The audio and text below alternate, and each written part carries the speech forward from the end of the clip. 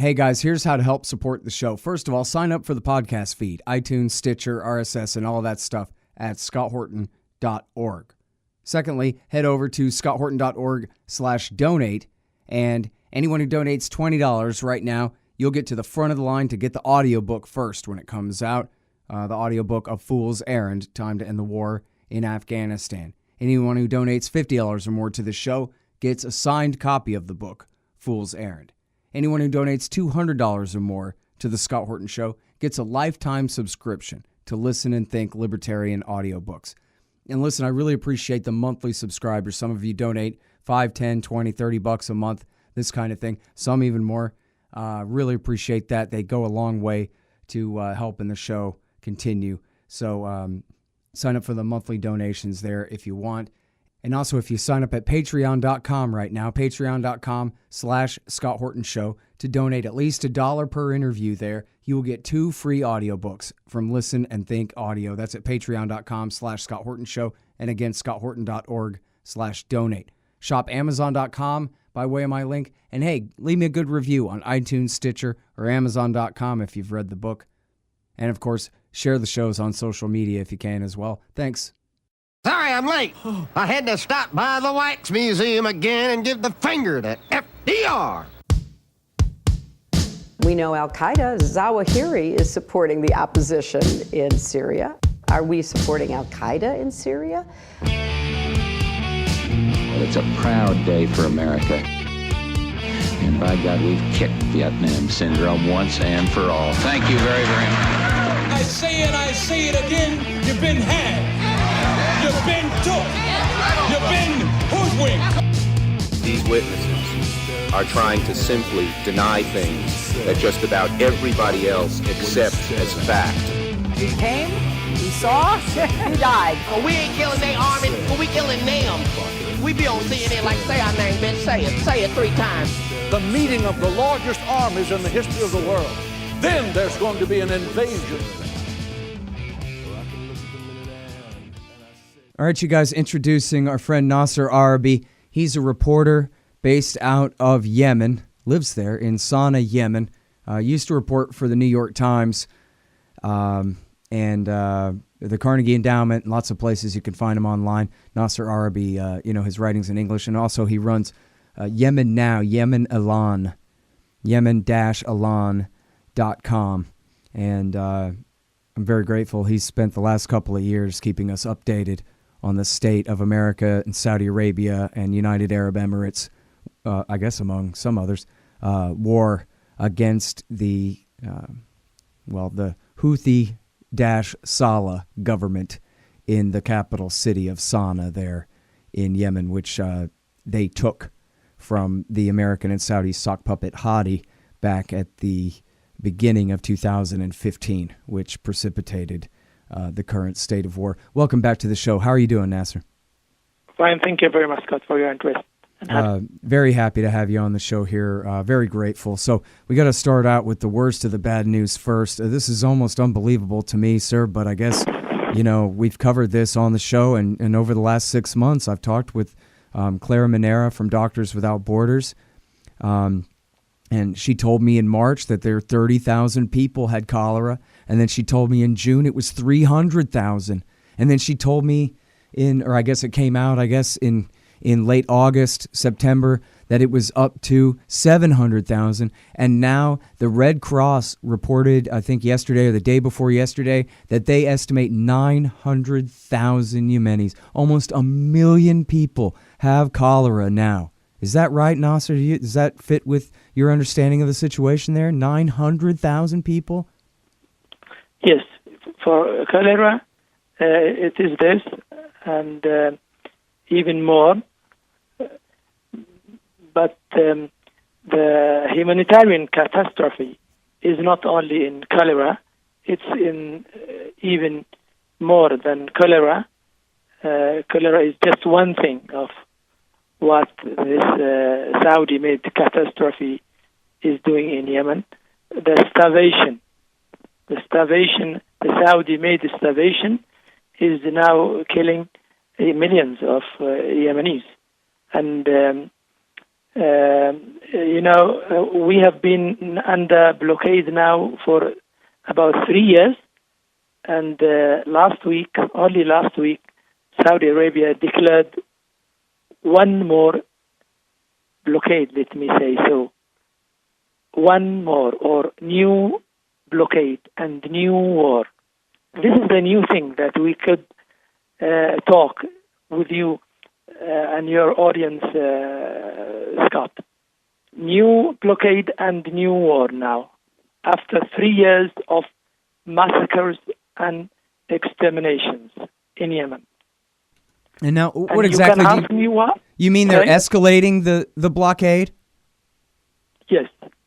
After November 4, when Yemenis fired self-defense missile to the airport of King Khalid inside Riyadh city, the Saudi capital, Saudi Arabia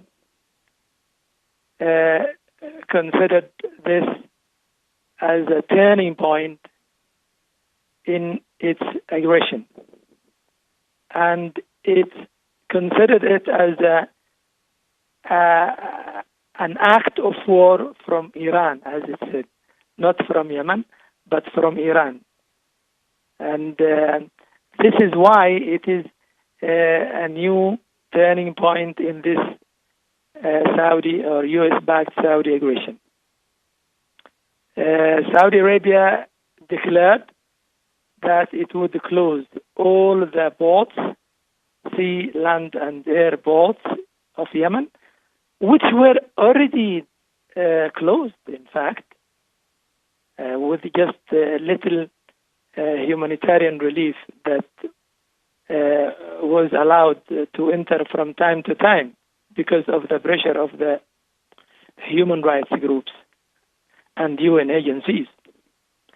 Now it closed everything, including the lifeline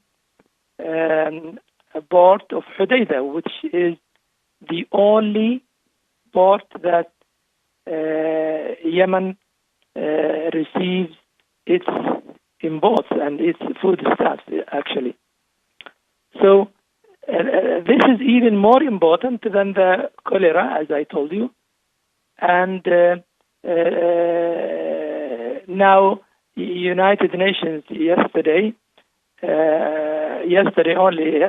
declared that if this blockade, if the new Saudi procedures continue, millions of Yemenis would die in a week. And I would say this is right because I see Yemenis die every day because of this starvation. Because Yemenis did not have salaries for more than 1 year now. And they don't have food, they don't have money. So this is really a famine, Saudi-made famine. And unfortunately, there is support from US and UK for this famine. Although the United Nations Security Council yesterday called for opening all these ports, all these closed ports, but unfortunately Saudi Arabia did not respond to these calls, and they kept closing them because they speak about very strange things by saying that the missile, the self-defense Yemeni missile that was fired to King Khalid airport in Riyadh, they said that it was Iranian missile, and Hezbollah fired it from Yemeni lands under the control of Houthi, as they say. This is the statement of the foreign minister of Saudi Arabia, Adil al-Jubair, and even the crown prince, the de facto king, he said something like this. He said, this is an act of war from Iran. So they talk about Iran, but they kill and destroy Yemen, unfortunately, for 3 years. And not only this, the world condemned the launch of missile to Riyadh, and they forgot more than 200,000 bombs, including prohibited bombs like cluster bombs, phosphoric bombs, and fission bombs, and all kinds of prohibited bombs over 3 years, killing more than 70,000 Yemeni civilians and causing the displacement of more than 3 million Yemenis inside Yemen. And also the cholera that was as a result of destruction of the water facilities here in Yemen. So this is the humanitarian catastrophe in Yemen. It is now, Saudi Arabia is turning it into a regional thing.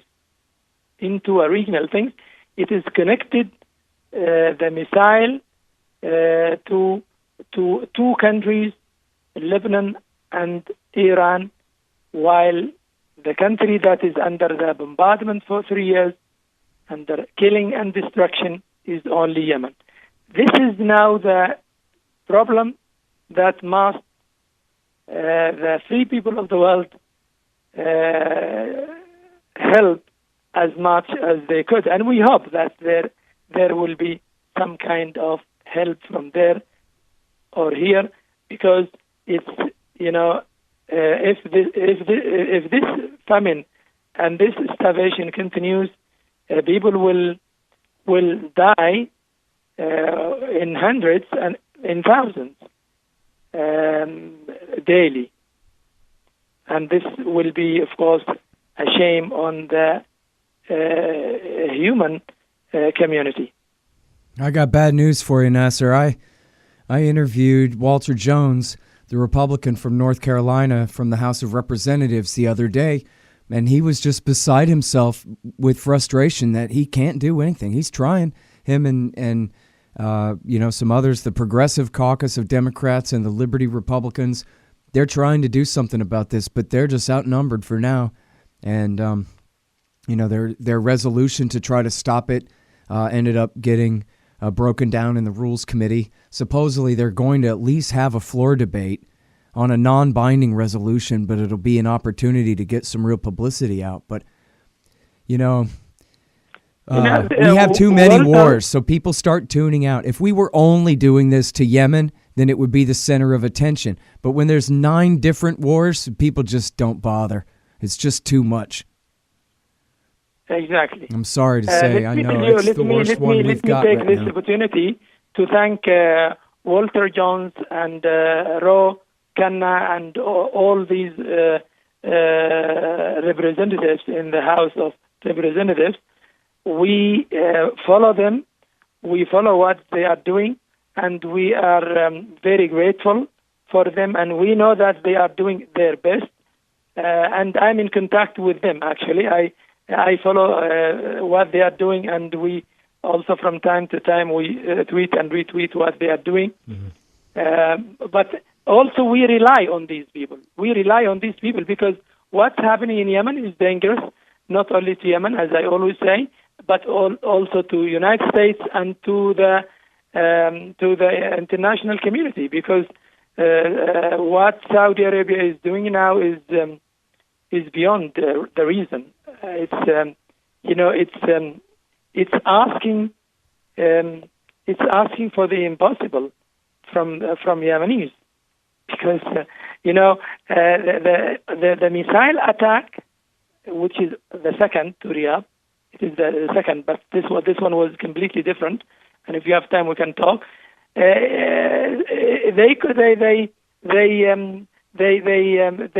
launch a new war. They wanted to launch a new war on Yemen because of of self-defense. Self-defense is a legitimate right for any country.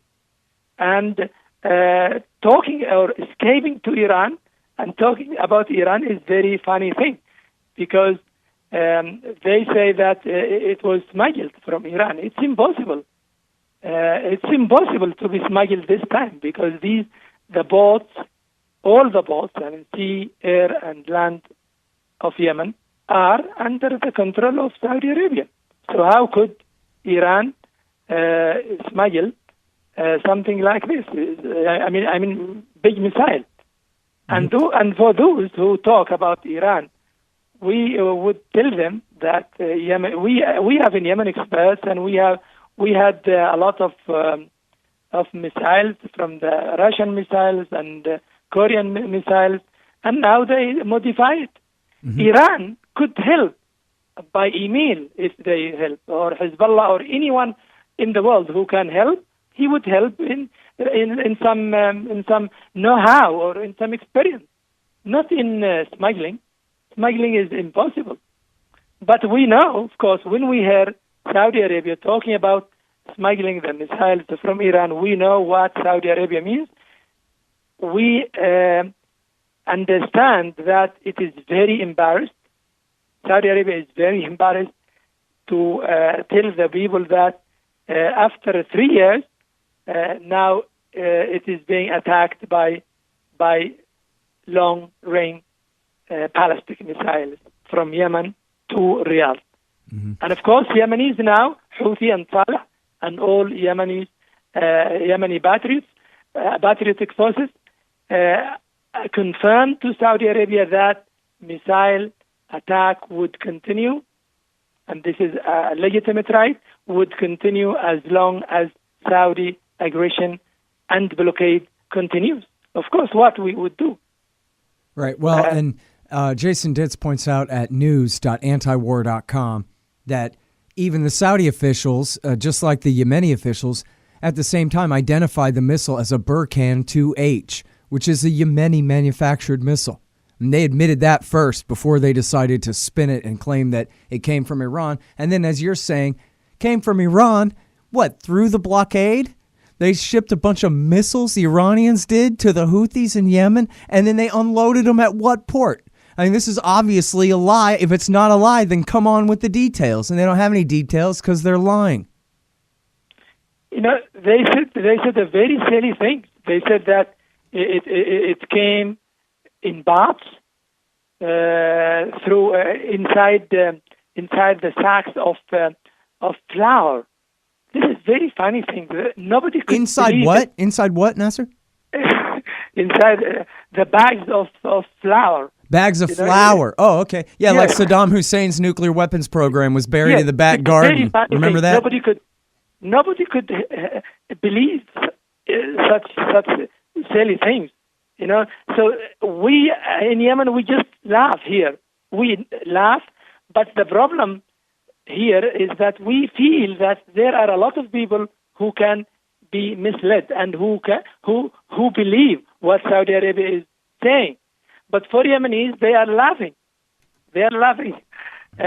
Whether they are with Saudi Arabia or against it, but it's silly to say something like this. Mm-hmm. Well, and it's important, the point that you made earlier, too, that they make all this, they hype it up that it's Iran and Iranian influence in Yemen as an excuse to attack Yemen and say, aha, see, we're fighting against this Iranian influence there. So, you know, they claim they're being attacked by Iran, but they don't dare fight against Iran, because if they really attacked Iran, they would be the ones starting it, and then Iran can actually fight back in a way that poor Yemen cannot. You know, this couple of missile attempts here notwithstanding. So, you know, but meanwhile, the people of Yemen then get to be the scapegoat, basically. They get to take the brunt of Saudi frustration, even though it's not even true that this is an Iranian missile in the first place. And you know what? Talk about this. What exactly, the best of your knowledge, and go ahead and, you know, make admissions, be critical. What exactly is the relationship between the Houthis and the Iranians? They're all Zaidi, or the Houthis are Zaidi Shia, and Everybody knows the Iranians are Shia, so therefore they're allies. That's what they say on TV here in America. Yes. Let me tell you a very important thing, because we keep talking about this, because it's now politicized. The Houthis are Yemenis and Muslims, but they are Zaidi. Zaidi is a moderate sect from Shia, right? So it's I mean, what is in Iran is 12th. That is the Ithna Ashari. Ithna Ashari is completely different from Zaidi. You know, Zaidi and Shafi'i in Yemen, these are, you know, we don't even have Sunni in Yemen. We have Shafi'i, which is also a moderate sect of Sunni. So Shafi'i and Sunni have been in, have been living in harmony for hundreds and hundreds and hundreds of years. We don't have two mosques in Yemen. We don't have different mosques for Zaidi and mosque for Sunni, for Shafi'i at all. So we pray in the same mosque. So it's completely different. This is from the sectarian point of view. But from the political point of view now, Saudi Arabia is pushing us to Iran because of these crimes. Now, we don't talk about these things at all now. Nobody talk about these things, but everybody is talking about the crimes. The crimes. You can just imagine 3 years of killing and destroying Yemen, everything in Yemen, in homes, schools, hospitals, weddings, funerals, markets, and everywhere. And they, at the end, they say Iran. Is this a justification or the restoring of legitimacy, the so-called legitimacy? Is it a justification? Is it true to let Saudi Arabia kill all these and destroy all these things for the restoring the so-called legitimacy? I mean, it's something that is not reasonable. So we are talking about this now. We are talking about what Saudi Arabia is doing, is pushing the Yemenis to Iran or to any place. So it is not right. What Saudi Arabia is doing is something that is not right. And I would tell you something, Scott, that Trump is the one who supports and who emboldened Saudis. He tweeted this week after the missile. He tweeted about 4 tweets about this, encouraging the Saudis to do all these procedures, and they did a lot. They intensified the blockade. They also announced a list of 40 people, of 40 officials as terrorists, which was very funny list. 40 people, 40 officials. They branded them as terrorists. Of course, number 1 is the top Houthi leader, and the 39 are the officials who are working in the government. And they, of course, they are doing their work normally, but this is what this was the result of the encouragement of Trump. Unfortunately, this is how we look at it. All right, hang on just 1 second. Hey, everybody, check out the show notes. Damon's doing a great job writing up the show notes for all these interviews at the Libertarian Institute website and at scotthorton.org. And listen, you need to, while you're at scotthorton.org, check out all the advertisers in the right margin there. No Dev, No Ops, No IT, a great book by Hussein Badakhshani. The War State, another great book, this one by Mike Swanson, who also gives investment advice at wallstreetwindow.com. If you want to buy precious metals, go to Roberts & Roberts Brokerage, Inc., and they will take good care of you there to buy precious metals for your savings. LibertyStickers.com for your anti-government propaganda. 3T Editing to make your book read nice. Tom Wood's Liberty Classroom, so you're not wrong about everything. Darren's Coffee to get you up in the morning. And expanddesigns.com if you want a new website. You see the great website at foolsarrand.us? Well, Expand Designs did that one for me, and they will give you $500 off your new website at expanddesigns.com if you just go to expanddesigns.com/Scott. All right, now, so let me get back to the humanitarian crisis for a minute here.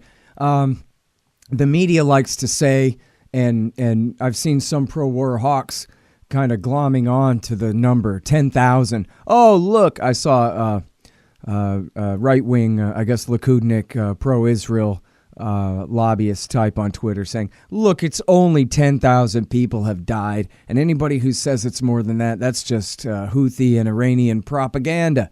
It's actually apparently one of the most humane wars ever fought or something here. So can you give us your best estimate and explain how you get your best estimates of the number of people, first of all, killed in violence, in air attacks and in other attacks, in violent battles on the ground, and then also, I guess separately from that, the deprivation, whether cholera, starvation, and other situations where people can't get to the hospital when they're injured, and all these, the excess deaths, as they put it in Iraq War II. Right. Let me start with the two most recent massacres after the missile attack. Saudi Arabia intensified the airstrikes or maximized its airstrikes, its daily airstrikes now. More than 100 per day airstrike, more than 100. In Sana'a, over the last week, 100 airstrikes daily over the 24 hours. So they made two massacres, one in Sa'da and one in Hajjah last week. At least 60 civilians were killed in the market of Al-Layl. That is the market, a popular market in Sa'da, killing the shoppers, the vendors, and some people who were shopping, very, very poor people who were shopping in a village market, killing everyone and destroying the market. And simply they said it was a training, shamelessly.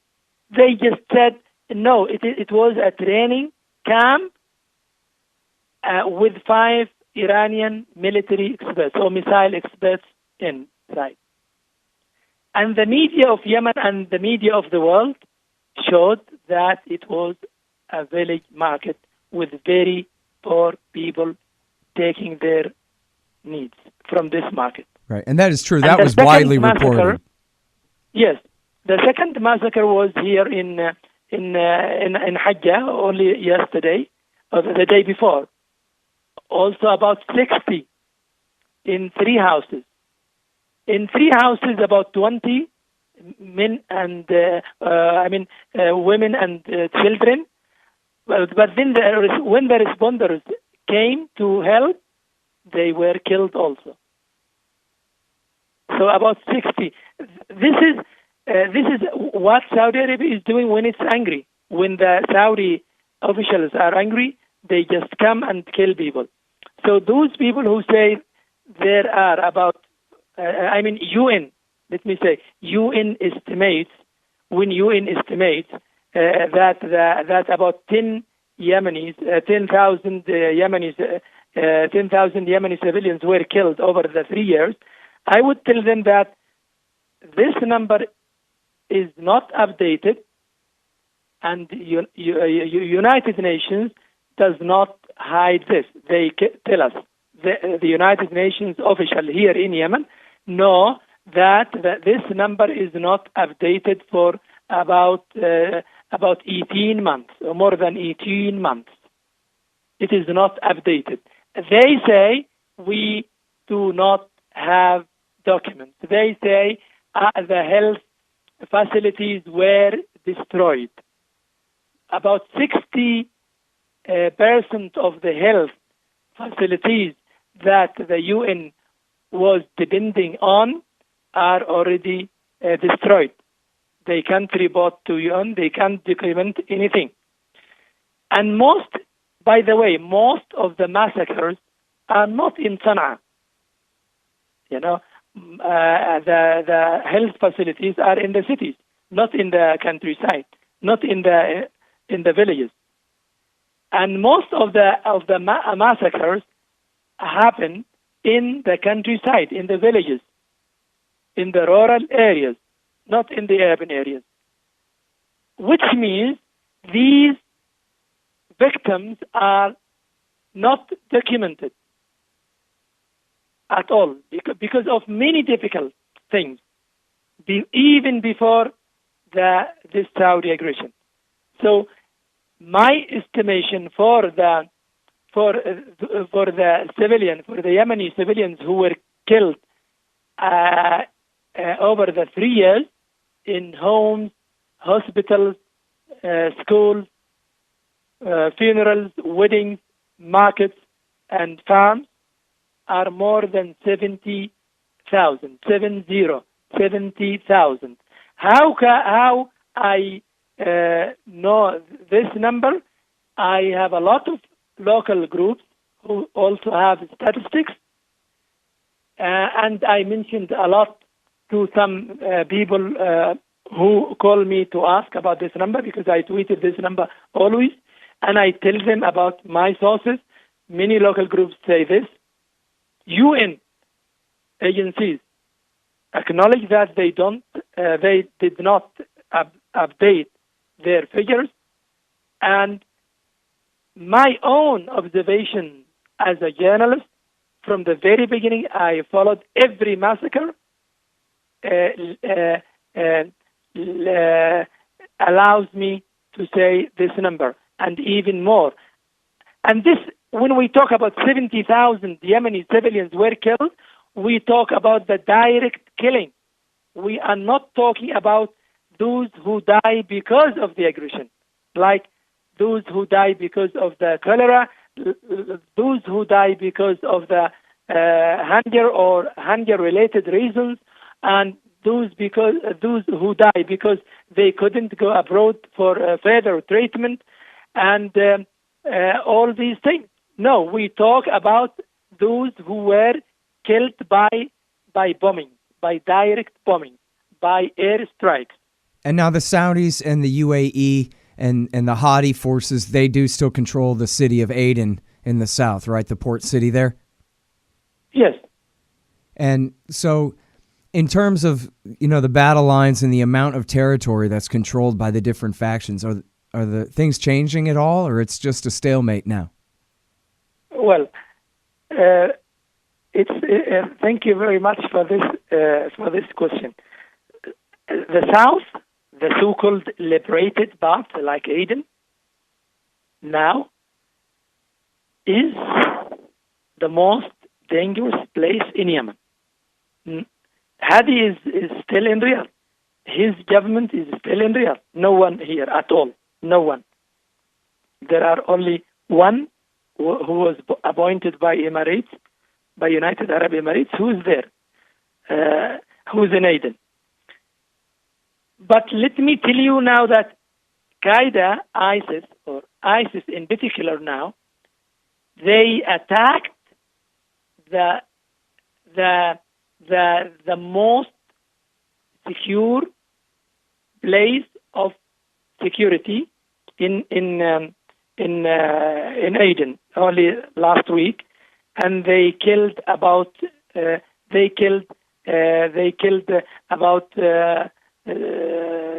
46, and they injured about 44. So about 90 persons were killed in the headquarters of security of this city yesterday. Of course, the ISIS claimed it and gave the details. And the people who attacked the place, they attacked the place with a suicide car bomber, who blown himself up at the beginning, and followed by 12 ISIS operatives who stormed the headquarters there, and they held about 40 prisoners as hostages, and they stayed from 8 in the morning to 8 in the evening. I want you to just imagine what I am saying. They stayed in clashes with Saudi or Hadi forces from 8 in the morning into 8 in the evening. So about 12 hours they stayed in fight with the United Arab Emirates backed forces, and at the end, only 4 who were killed.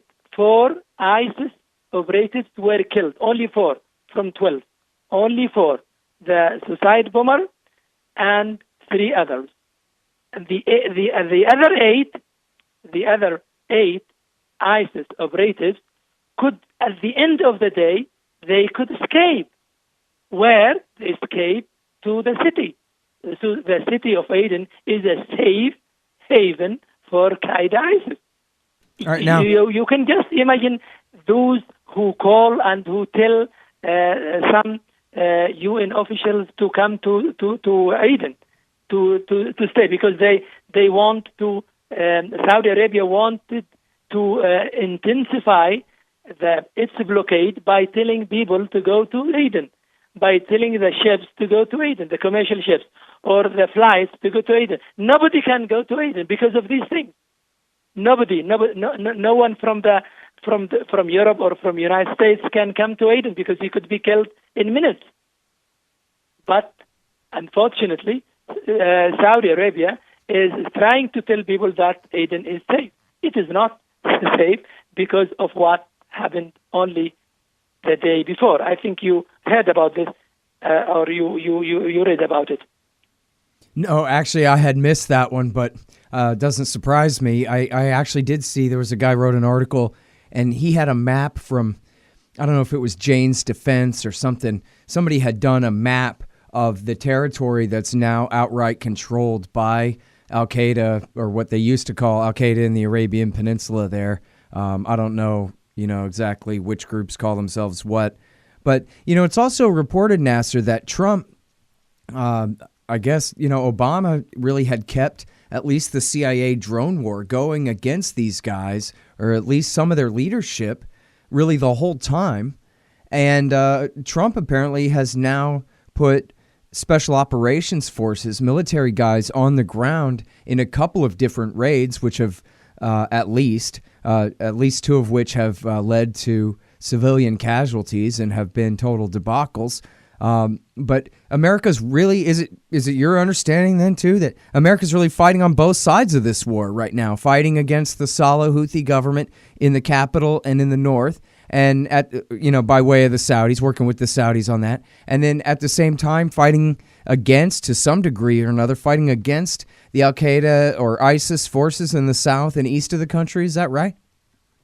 Yes, it's a very complicated now for Trump to understand the situation here, because simply Trump depends on Mohammed bin Zayed of Emirates, and Mohammed bin Zayed is very naive about Yemen. He doesn't know Yemen, because now for the south in particular, it's only under the control of United Arab Emirates.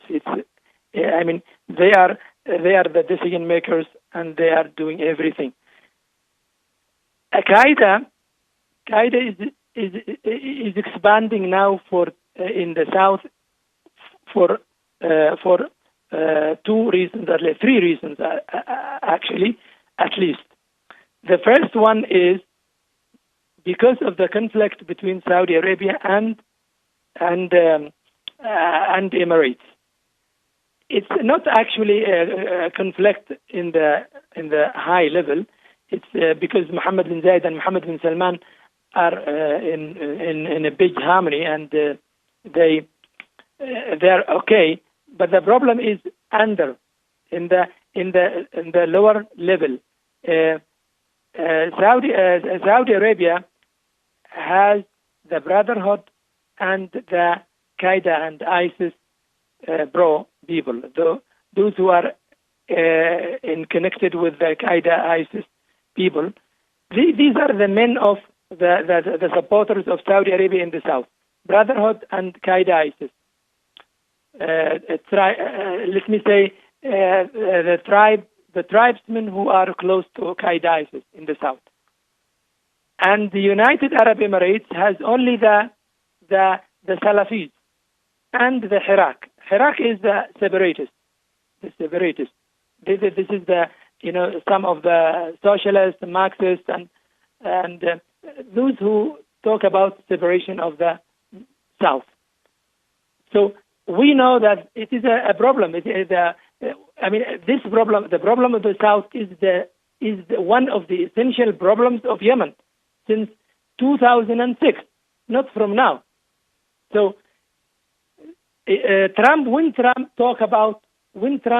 depends 100% on Mohammed bin Zayed, he is wrong to fight the Qaeda ISIS, because we see now what Trump is doing, or the foreign policy now is in favor of Qaeda ISIS. Why? Because they help Qaeda ISIS because of the misleading, because of the Saudi misleading, and because of United Arab Emirates misleading. They are misleading Trump administration about Houthi and Saleh.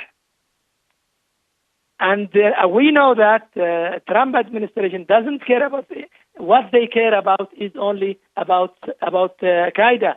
But Qaeda is expanding. Qaeda is benefiting from this. They even the drones. Sometimes the drones, as I say always, they help and do not hurt the Al Qaeda ISIS, because the intelligence and the tips are not clear with those who implement the operations by the drones. So what we need, if United States wants to fight Al Qaeda, we need to stop the aggression, the Saudi aggression, the Saudi and Emirati aggression on Yemen. Then they could easily fight Qaeda ISIS terrorism. Otherwise, they only help them. And the evidence we have now is Aden and Mukalla. They said that they got out. They cleaned Aden from Al Qaeda ISIS. But what happened this week shows that they did not do anything. And Qaeda ISIS is still inside Aden, the capital of the south, and what Saudi Arabia is called the temporary capital of Yemen. Unfortunately, it is full of Qaeda ISIS operatives, not legitimacy. The so-called legitimacy ministers and officials are based in Riyadh, and they are doing nothing, unfortunately. All right. Well, listen, I really appreciate you coming back on the show, Nasser, helping get the word out here about it at least. Okay, good deal. Thanks very much, Nasser. Appreciate it. Thank you very much. Okay, bye. All right, you guys, that's Nasser Arrabyee. He runs Yemen Now, YemenAlan.com, and former reporter for the New York Times. You can read all his stuff that he wrote about Al Qaeda back before this current war started, and read all his coverage of America's continuing assault on one of the oldest civilizations on Earth. All right, that's the Scott Horton Show.